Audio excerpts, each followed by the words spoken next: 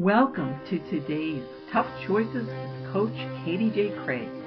Our world as we know it is fast changing. Rampant narcissistic abuse, parental alienation, scapegoating, disrupted families, and broken people. Global cultural disintegration. Who has the solution? We must find them together. By faith, through our shared experiences and with humility, together, we are strong. Good morning. Thank you for dropping by today's Tough Choices. Today, we are thrilled to welcome Amanda Hinman, a remarkable author and health advocate, to our discussion.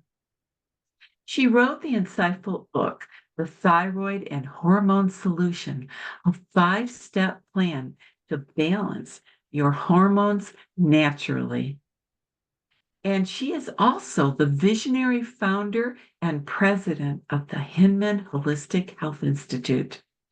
Please remember, as we talk today, folks, our conversation is for informational purposes only. Always consult your healthcare provider before implementing any new health practices. Now, there's a popular saying, without health, we have nothing. At just 33 years old, Amanda, a dedicated fitness and sports trainer, committed to a vibrant lifestyle, faced a daunting challenge. She was diagnosed with Hashimoto's thyroiditis, a complex autoimmune disorder, while her young 8-year-old daughter began enduring the terrifying ordeal of 12 to 15 seizures daily. Now, Amanda, I do have to ask you, the first question, of course, is going to be based on this experience. The emotional turmoil of witnessing your daughter experience multiple seizures while grappling with your own health challenges. It must have been overwhelming. In your writing and your speaking, you have highlighted the significant role stress plays in chronic illnesses. I'm going to ask, could you delve deeper into what autoimmune diseases actually are and explain how persistent stress or chronic anxiety, so frequently a problem for most of our listeners today, can worsen or even directly cause these autoimmune diseases to exist?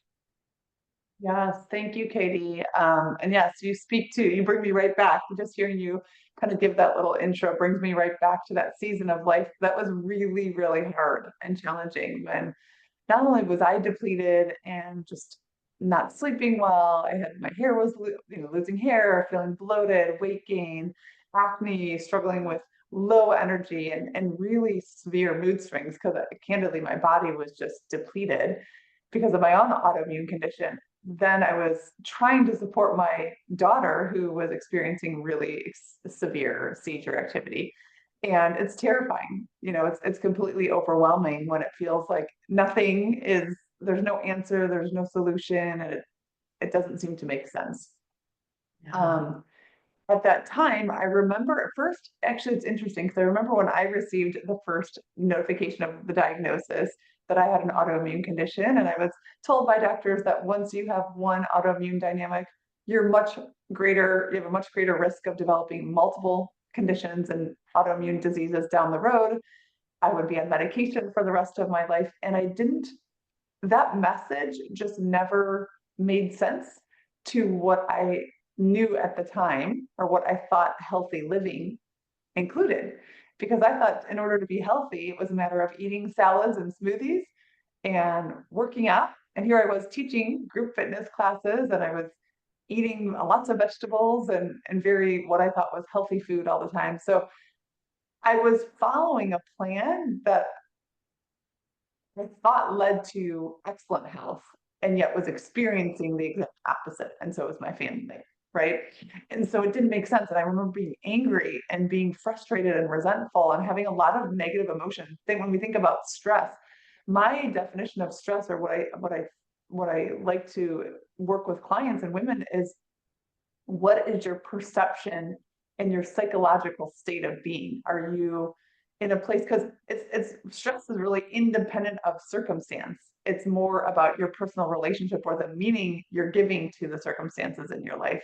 Are these situations and relationships and circumstances creating negative emotions like fear, overwhelm, exhaustion, resentment, guilt, blame, or are these circumstances and situations or relationships creating contentment, acceptance, enjoyment, different positive emotions? That's really what's going to signal to the nervous system. And I was stuck in a spiral of a lot of negative emotions, ranging from absolute fear about my daughter's health crisis to anger about my own diagnosis and situation and the results that I was creating. And I had no idea when I started first stepping into this journey to help us heal. I approached it from a nutrient perspective, and nourishment is important. It's absolutely important to think of the foods that you're eating, but I had never even considered the way I was feeling or my emotional state as having a direct correlation on health. And it wasn't until I went back to study functional medicine science, which pulls together all of the different systems in the body and how they work together synergistically, to look to find the root. What's the true root? And the root, in my case, in my daughter's case, came back to our nervous system being dysregulated. When you ask what is an autoimmune dynamic, the layman's terms typically we hear is, oh, it's your body attacking itself. Some part of your body is attacking an organ or a gland or something. In my case, it was the thyroid gland. But really what's happening is dysregulation in the immune system. The immune system is somehow getting the signal that our world is not safe. We need to be hypervigilant and be, ready to attack anything in case of danger. In my life, I actually was undernourished. I was not eating adequate foods and proteins and vitamins and minerals, which we can talk about later. What does it look like for an individual? So my body wasn't getting enough nourishment for what it needed. It also impacted my digestive system, because when you are chronically in a go, go, go, rushed state of being, it purposefully deprioritizes absorption and digestion. So even though I was eating healthy foods, salads and salmon, it wasn't able to be broken down and utilized at a cellular level. So the cells weren't getting what they need to do their job. And again, most of, like, over 90% of our immune system is located along the gut tract. So if what's coming in through the body isn't being properly broken down, it's not being absorbed and digested, the immune system is kind of getting bombarded with all of this unidentifiable pieces of food information. No wonder it got overwrought and it started to become kind of like a caged animal, right? If you think of an animal or a dog that's been beaten and attacked, and then you put it in a cage, even if you're going to try and pet it nicely, it's going to snarl at you. Well, that's kind of like what my immune system was doing. It was thinking everything was something to attack, even my own tissue. So that's why peeling back the layers and looking at, well, what is the circumstantial relationships in your life, your understanding and the meaning that you're giving to situations, because that's going to signal to the digestive system and affect your ability to absorb. It's going to signal to your immune system and how safe is the environment that you're living in, and all of these cascading effects. That is so powerful.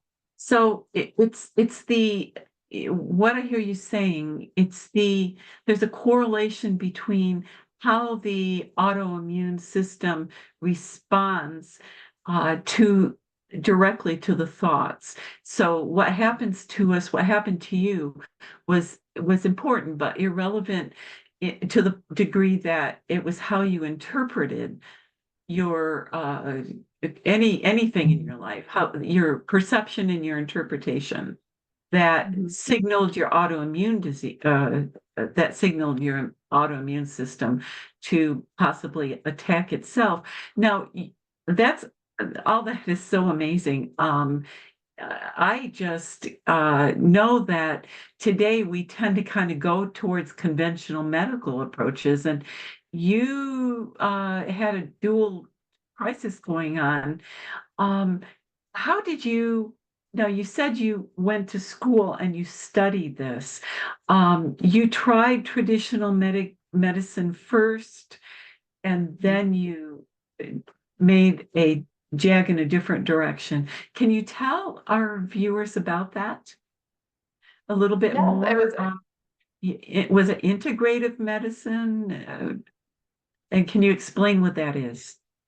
Sure. Yeah. So initially, when I was actually diagnosed with my autoimmune condition during a regular pregnancy appointment, I was pregnant with my fourth child, and they noticed my lab work, my blood work came back with some abnormal thyroid markers. And I was told, oh, you know what, you'll need to take this thyroid medication. And I was like, well, for how long? And they're like, oh, for the rest of your life, because now your thyroid is not functioning optimally. And that just didn't make sense to me. I'm somebody who tends to question of like, I want to understand the reason why, not just take this medication for life. No questions asked. And what is it doing? And how is this helping my body? Why can't my body do what it needs to do on its own, type of a thing? So that led the path for me to start to work with a naturopathic doctor who incorporated some integrative medicine strategies and techniques. And typically, there are many beautiful practitioners in the functional medicine or naturopathic space and integrative medicine space who bring in different modalities. So he introduced the idea of, let's take a look at some of the nutrients that your cells may or may not be receiving adequate amount. So the first conventional Western practitioner was just like, here's the pill to take. Once I started working with the naturopathic doctor, they did lab work and they brought in the awareness of, oh, you may need some more nutrients because your cells don't have what they need to function at a high level. And that kind of, definitely made some steps of improvement, but it wasn't enough. And then when my daughter was experiencing her health challenges, we were told again by the neurologist, the pediatric neurologist in the hospital, that she would need to be on these 4 different medications for the rest of her life. Blakely never able to drive a car because of the quantity and the volume of medication for her brain not to have another seizure. And every fiber in my being knew that that cannot be her future. There has to be more to the story about how we can help her body to heal instead of just medicate. So again, the medication has a purpose. It is helping to, I kind of think of it like a cast. If you have a broken bone, you want to put a cast on it and stabilize it until the bone can heal. But that's working under the assumption that the bone will heal. Well, if we never change the mechanism that was causing my body to attack itself or was causing her brain to have seizures, putting a band-aid on it or putting a medication on it to temporarily like stabilize it wasn't ultimately creating healing in the long term, right? So Right. that's when, again, I started working, I went back to school to study functional medicine science. And functional medicine science looks at what are the interconnected factors of all of these different body systems. And exactly like you said, the connection between our hypothalamus in the brain, which is our thoughts and our perceptions and the meanings that we give to life, how that signals to the pituitary gland to secrete neurotransmitters and hormones, how that then signals to the adrenals to secrete cortisol and neopinephrine and epinephrine, and it regulates our immune strength and our immune, response. And then that signals to the thyroid. So I started to learn how all of these things were connected. And even if you're just giving more, taking a supplement for more nutrients, you still haven't fixed the dysregulation that's happening further upstream. So you're always going to be like, it's kind of like putting water into a bucket with a hole at the bottom. You're always going to be having to put more water in, but you never actually repair the hole, type of a thing.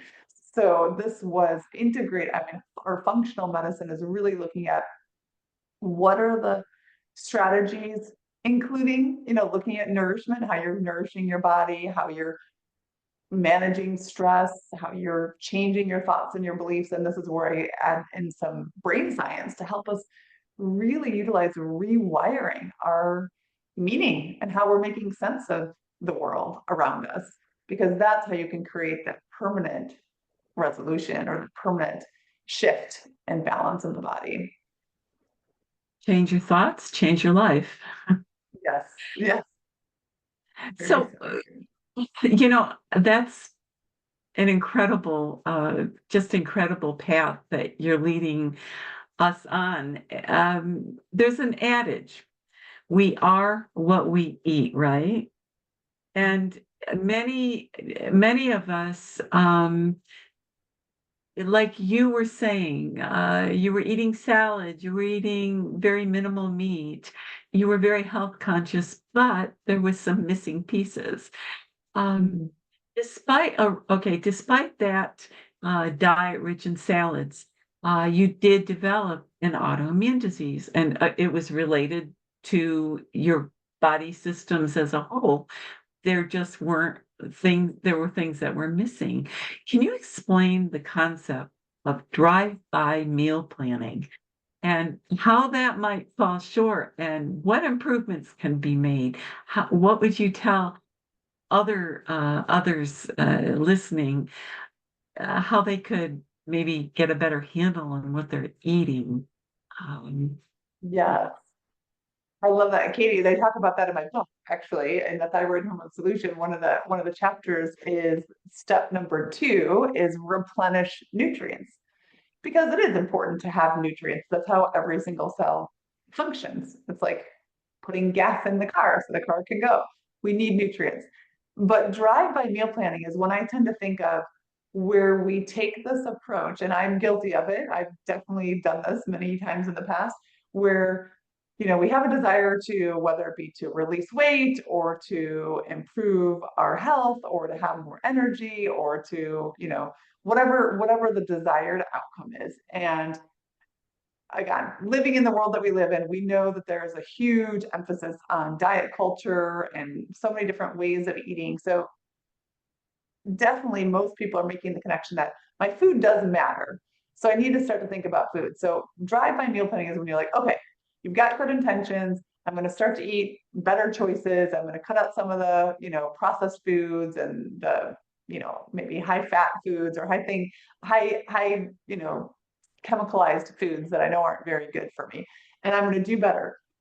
But you lose steam. Most women lose steam after maybe you can keep it going for about 3 weeks with good intentions of eating real whole foods, being thoughtful about planning your meals.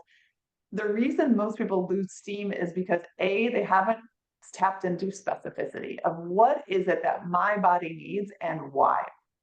If we're just following broad generalities, there are more than 100 different dietary theories out there. So it's very easy to start to, I'm going to do paleo and start to be on a path and maybe even look up some recipes to eat paleo. Yet, if you don't see immediate results or gratification from the way that you're eating, it starts to feel cumbersome and it also starts to feel random. I don't know. Well, maybe it's not paleo. Maybe for my body, I actually need to go gluten free. So should I do gluten free? And so if you don't have the specificity of really understanding from your own body's signals, what is it that my body needs now for this season of my life? Because again, when you're 45 years old, it's going to be different than when you're 65 years old, which is different than from when you were 25 years old, right? Your body has different demands over time. So knowing the specificity of, hey, what do my cells actually need? This is why we do micronutrient testing with my clients. So we can see how much nutrients are your cells getting and what are the gaps that they need. So that really helps to zone in the why. The next one is to have a sustainable plan. This is where I like to talk about a PFFV, one hand meal plan approach, where you're thinking almost it becomes like an easy recognizable pattern. Brain loves patterns because it makes for consistency and efficiency. P as in protein. You want to think of at least a palm-sized serving of protein at a minimum at every meal, 3 times a day. First F is for fiber-rich food, something that has good fiber for our gut microbiome. So scoop, at a minimum, a scoop of fiber-rich foods. These are things like your whole grains, your legumes, beans. I love talking about beans because they're really good sources of fiber. Seeds, nuts, so on and so forth. The second F, PFF, the second F is for healthy omega-3 fatty acids. So a thumb, at a minimum, a thumb-sized serving of healthy omega-3 fatty acids to give you some pliable cell membranes and help our body to be able to have reduce inflammation. So olive oil, avocado, salmon, walnuts, those things are great sources of healthy omega-3 fatty acids. And then that V is for at least at a minimum a fistful of brightly colored veggies. Every meal, breakfast, lunch, and dinner. If you're starting there, and that's a minimum. Actually, many of the women that I support actually need more than that because they have been consuming less nutrients for a period of time. So their body's kind of in a depleted state. But at a very minimum foundational PFFE, what's that sustainable pattern that my brain can start to recognize? So we talked about having a specific knowledge of your body, what it needs, having sustainability, and really finding a way that you can have some support.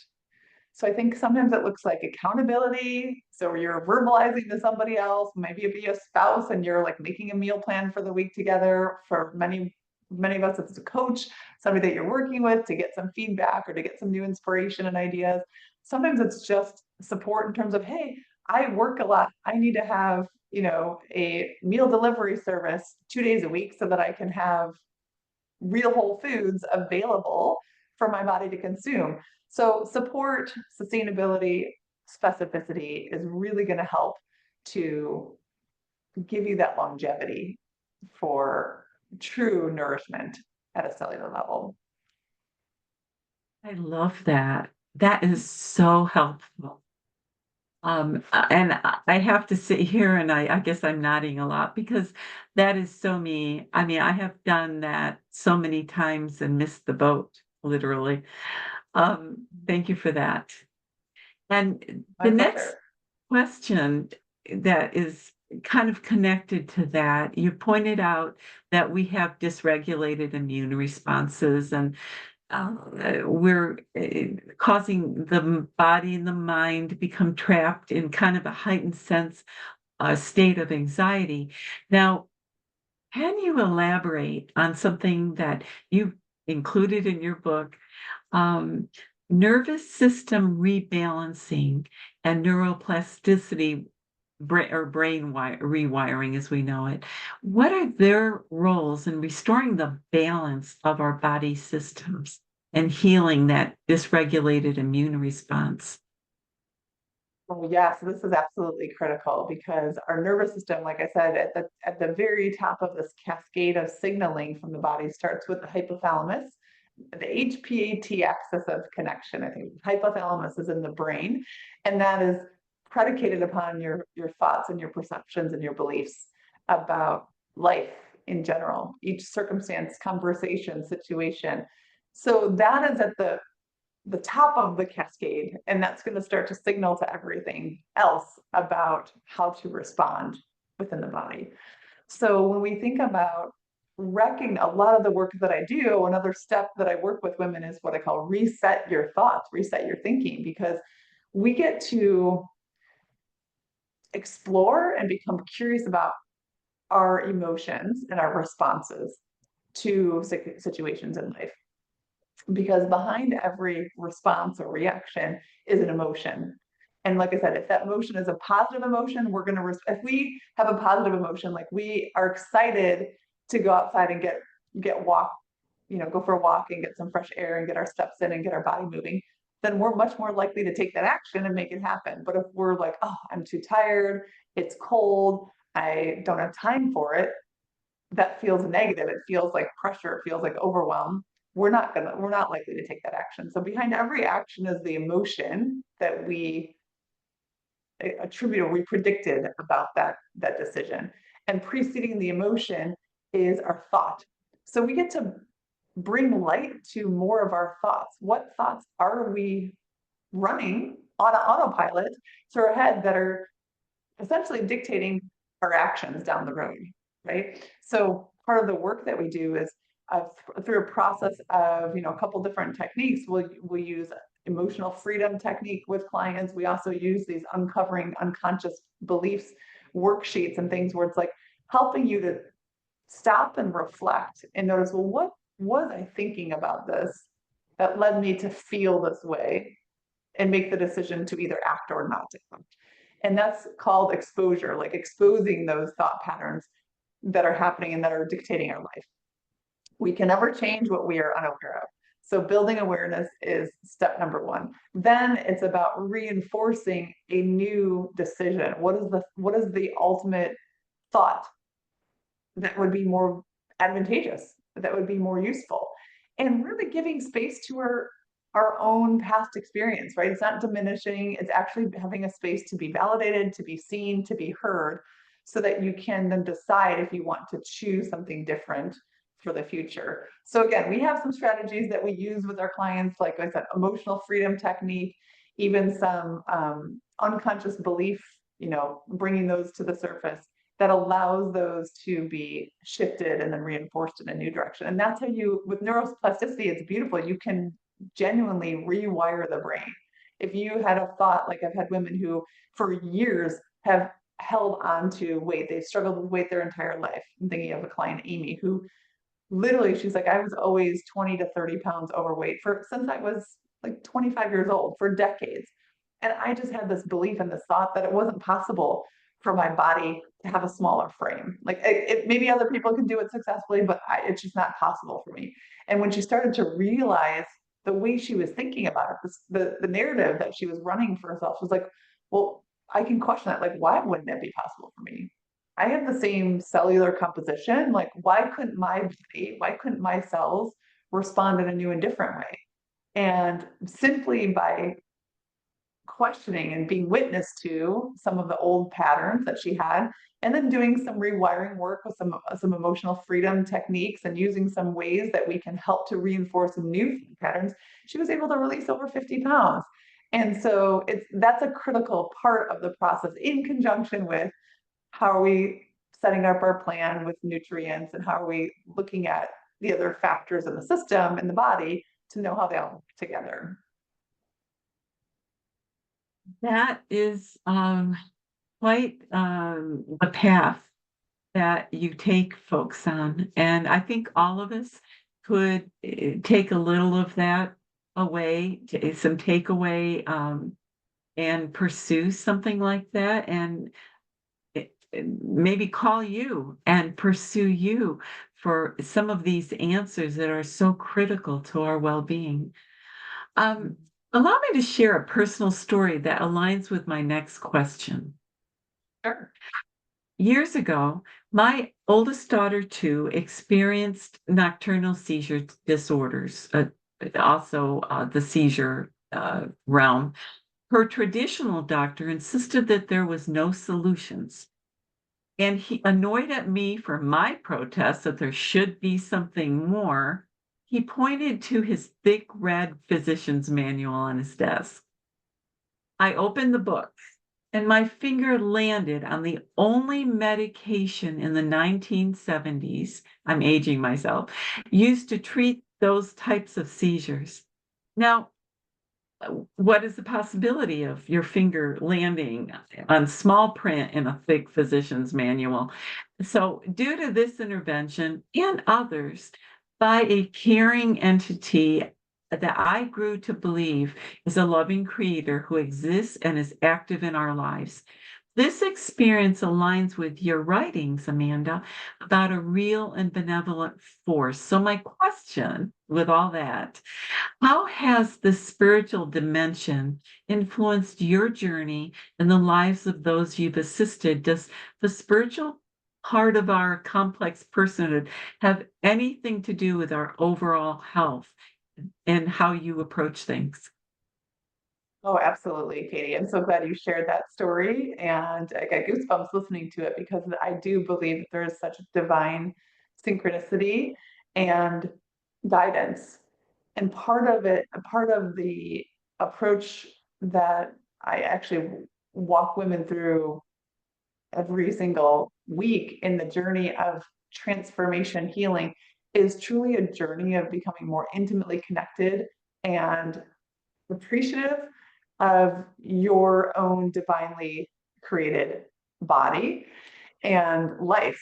Because when you can have this connection and this appreciation, and it's hard, like I can acknowledge when I was in a really difficult place with my health and then my daughter's health, I was not thinking about how perfectly God designed our bodies and where we and how like this possibility of transformation. So it's really about stepping through and seeing. I think I can speak from a personal example from my journey, and what I witnessed is when I was able to be inspired through learning and seeing aha connections and light bulbs go off of like, holy cow, I had no idea that this was affecting my health. I had no idea that, my absorption was affected by my thoughts. I had no idea. And now I could understand the amazing, brilliant complexity with which our bodies and our lives are designed.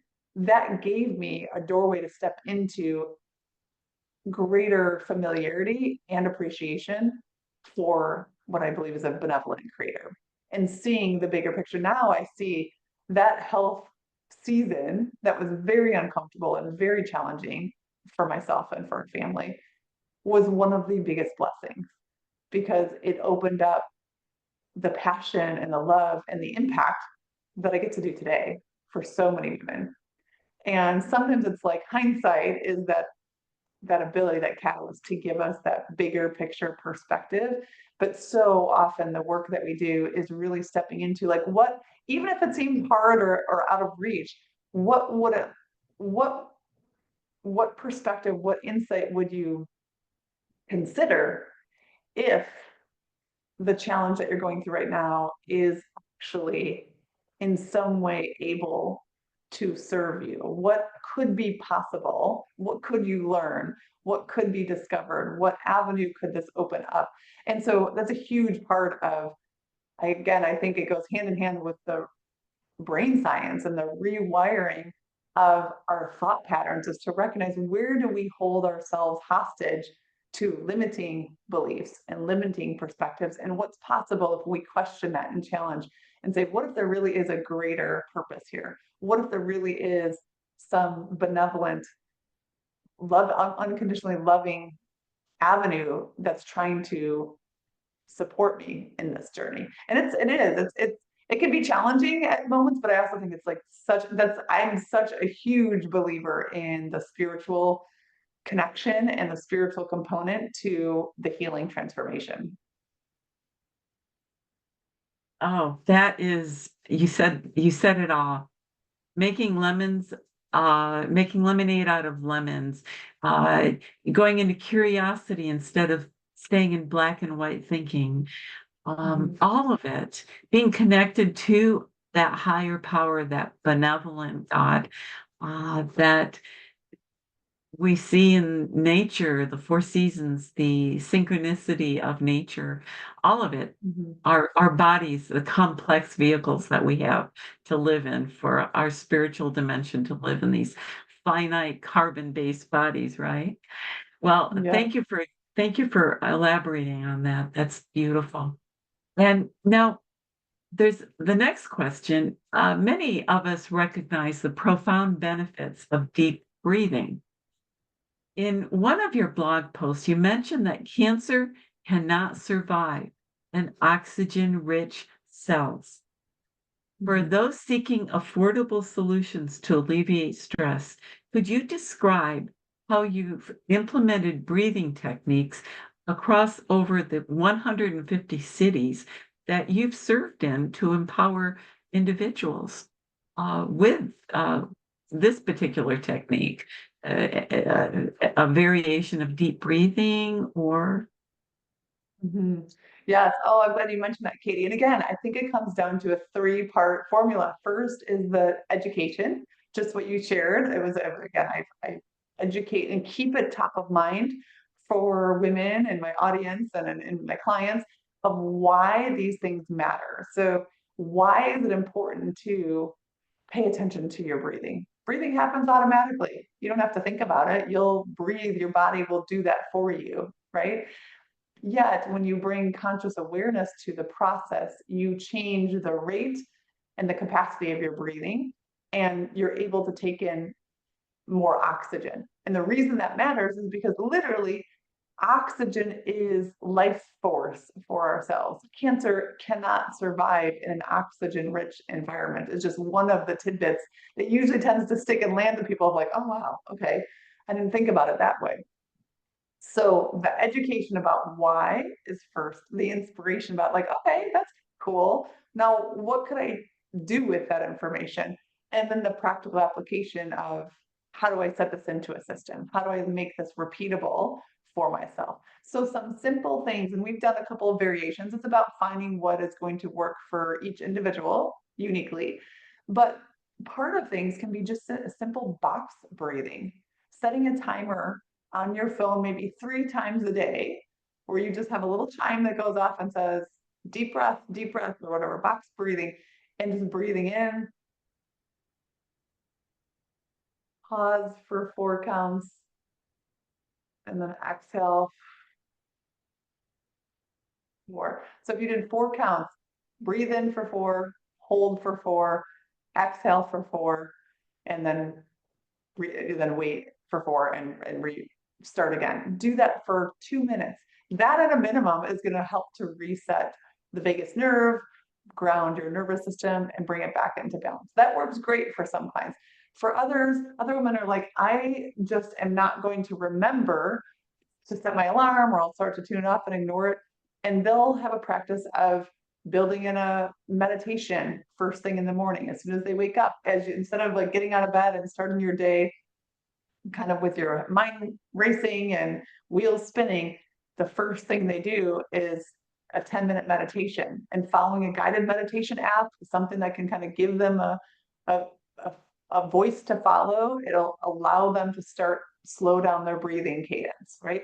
For other women, it's a matter of, for me, breath work happens when I habit stack it, when I put it right after something that I'm automatically going to do. Every time I'm washing my hands in the restroom, after I use the restroom, however many times of the day, I'm just going to slow down and take some deep breaths, right? So it's a matter of finding what works for you. There are some more formal ways to add in breath work and things, but at a minimum, it's recognizing why this is important, why it matters, having some inspiration, say, hey, like this is something I can do. It's not going to totally interrupt my life. It's achievable. And then finding a way that it becomes a repeatable, sustainable pattern, because then it just becomes automatic. It just becomes part. You probably brush your teeth every day, right, Catie? We just have those things that become automatic.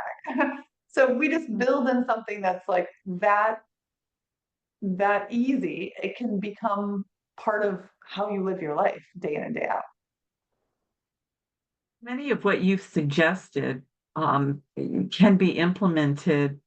And as you say, if we don't build it into our day, now I'm just as guilty. If I don't exercise every day, I don't exercise. If it's not part of my daily routine, or my go-tos, I don't do it. As we wind down towards our last couple of questions, I want to take that emphasis on the daily habits, and whether it's deep breathing to feed our oxygen hungry selves, or otherwise. You've pointed out that the first 5 minutes of every day, they hold transformative potential.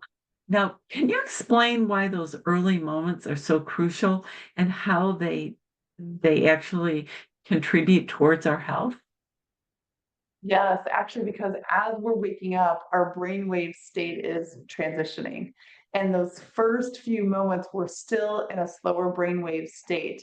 And when we can utilize those moments to be very grounded and intentional about what it is that we are intending, what is it that we desire and prefer in our day, we're actually, so between the age of birth and about age 7, there's a different brainwave state that's active for children, and that's meant to have the brain take in and just absorb information and make sense of the world around them, right? That's how infants and babies and toddlers and little children are learning how the world works. So in that different state, it almost goes right directly into the unconscious part of the brain. It's kind of like in your computer, when your computer has a software program, it's like you can just turn it on and it will boot up. It'll work the program for you. You don't have to have a lot of hard work to make it happen. Like if your computer has, you know, Microsoft Word or something, you can just open up Microsoft Word and you can start typing and it already knows how to arrange it on the page and to do things for you.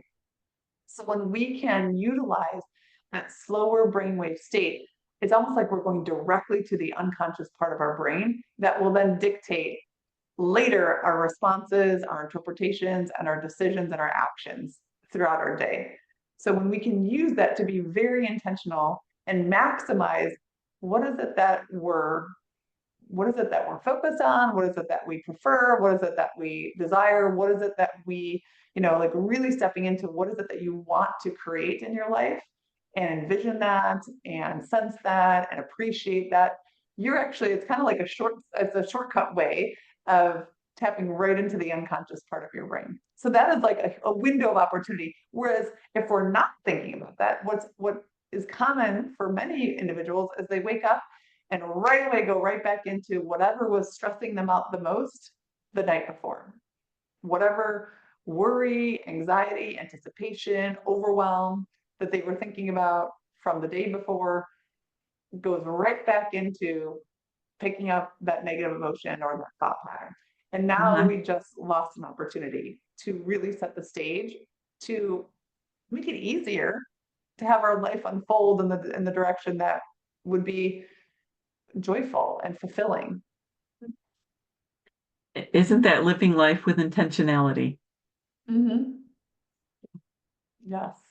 That's huge. But what a simple yet complex and profound opportunity that you're pointing out every day we have. Now, transitioning over to environmental toxins as we tie things up here, environmental toxins can significantly disrupt our bodily functions and overall health. Now, you've noted in your book, among other things, that some cosmetic products contain over 168 chemical toxins, actually an assortment of about 12 makeups in that body of information that you gave. How can we determine whether the products that we're using are safe and conducive to health? Is there somewhere that we can go to check that out? Yes, Catie, I'm glad you mentioned this. So this is again step 5 that we look at because we're looking at a holistic way to help your body heal and transform. And one of the last pieces is really important for that, especially for that sustainability factor, so that your health remains strong for decades rather than days, is what is your total toxic threshold? Now, we will all always have a toxic burden for the body to process. Even our own metabolic systems create waste. They create byproduct. There will always be a toxic burden that the body, the liver, and the kidneys are responsible for excreting and moving through each and every day. However, we often, in and unintentionally, can expose a much higher degree of toxicity to our cells and to our body than is desirable. And that can create more inflammation and wreak more havoc in the body. So I always look at like, how can we decrease the total toxic burden so the body can keep up, right? So it doesn't have to work so hard to remove all the junk. And one of the things is looking at, like you said, different products and making our home a safe haven home. Even thinking about your skin is like a giant mouth. Honestly, what gets put on the skin gets absorbed into the body. And we don't tend to think about it like, oh, what you're putting on your skin, would you want to eat that? Or would it be really grossing you out to think about putting that in your mouth? Well, if it grosses you out to put in your mouth, you may want to double think twice about putting it on your skin too. So one of my favorite websites is the Environmental Working Group, EWG.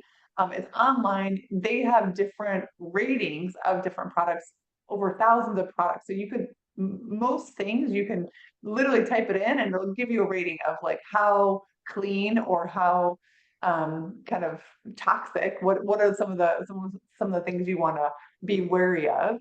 And again, I don't advocate that you should never, ever, ever use any products or any cleaning or any cosmetic products that you enjoy, but it's having this intimate knowledge about your body, what your body needs, how your body can tolerate and can sustain given the choices you're making each and every day. Sometimes I think we're making choices unconscious of the consequences of those choices. And if we had more awareness of what they were doing, we may choose differently. So this is really about, maybe look in that website, EWG Working Group, and check on products. I also list on my website, Hinman Holistic Health, under the shop tab, you'll see a whole list of many of my favorite household items and, non-toxic different, options. That's just some resources, but it's a great way to think about reducing the exposure wherever you can, because it gives your body a little bit of a break from doing all the hard work to remove the toxins. Well, thank you. That was a mouthful. I'm thinking of my daughter who has trained my 6-year-old grandson about these things, even bubble bath. He in the bathtub one day, he was looking at the thing and he says, Grandma, I think you need to call my mom and make sure that this is good for me.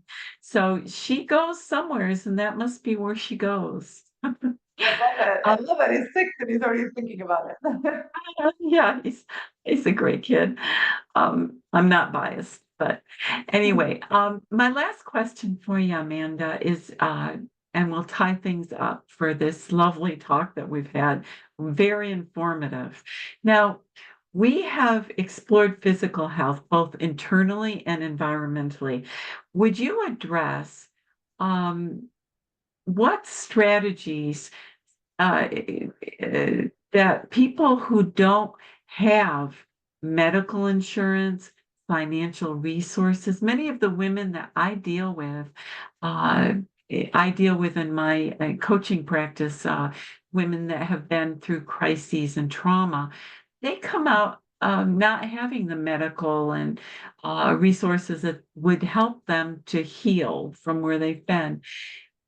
Do you have a specific resource, a list of resources that these individuals, both men and women, can use who lack them to find, besides buy your book? We can buy your book. That will put us ahead of the game. So, but do you have anywhere that you appoint people to that come to you for resources that they Well, could you? I do actually offer, so I said buy the book is a great place to start because there's a lot of knowledge and inspiration and strategies that you can kind of walk yourself through and break it down, step by step. In addition, I actually offer every single month, I offer free complimentary training and educational workshops. So always connecting if it's, sometimes it's starting point is to see what you can do given your own, kind of your own resourcefulness as opposed to investing in and paying for other practitioners or other specialists to be able to guide you. But it's about stepping in and plugging into the conversation. I think the more that you surround yourself with the knowledge and the awareness and the inspiration, it will shape your actions and your decisions, which ultimately affect your health.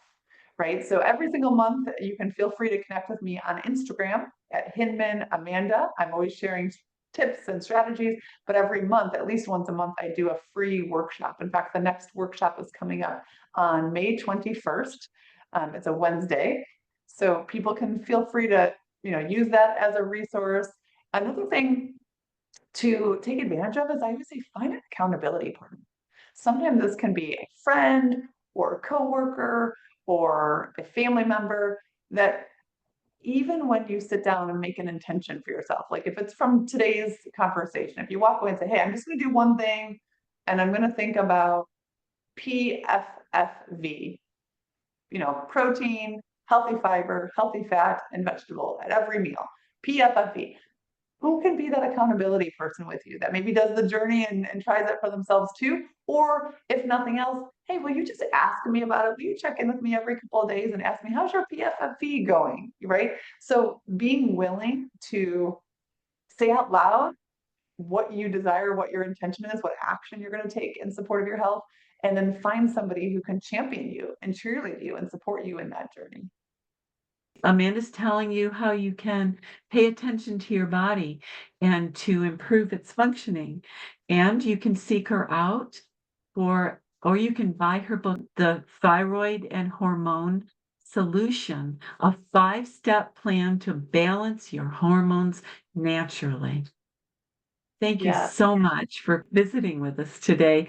Okay, well, thank you, Amanda Hinman, visionary founder and president of the Hinman Holistic Health Institute. And we've just been so glad to have you today. Thank you, Catie. It's been my pleasure.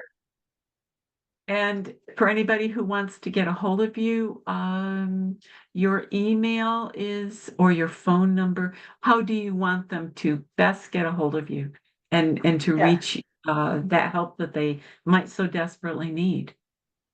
Well, three things I would say. You can connect with me on Instagram, Hinman Amanda. You can download my free hormone health assessment. If you want to know where to start and kind of understand what your symptoms are signaling to you, then you can download the free hormone assessment. And Catie, I can give you the link to put in the show notes. And also you can feel free to go to hinmanholistic.com. If you want to connect further and find out more about what it looks like to work together, you can go to hinmanholistic.com. Perfect. Well, folks, thank you for stopping by today's Tough Choices. And I want to thank you for spending this time with us. And go back and revisit some of the most wonderful interviews that we've had. And go visit with Amanda. She offers you free informative classes. He offers a bevy of informative articles and blogs on her site.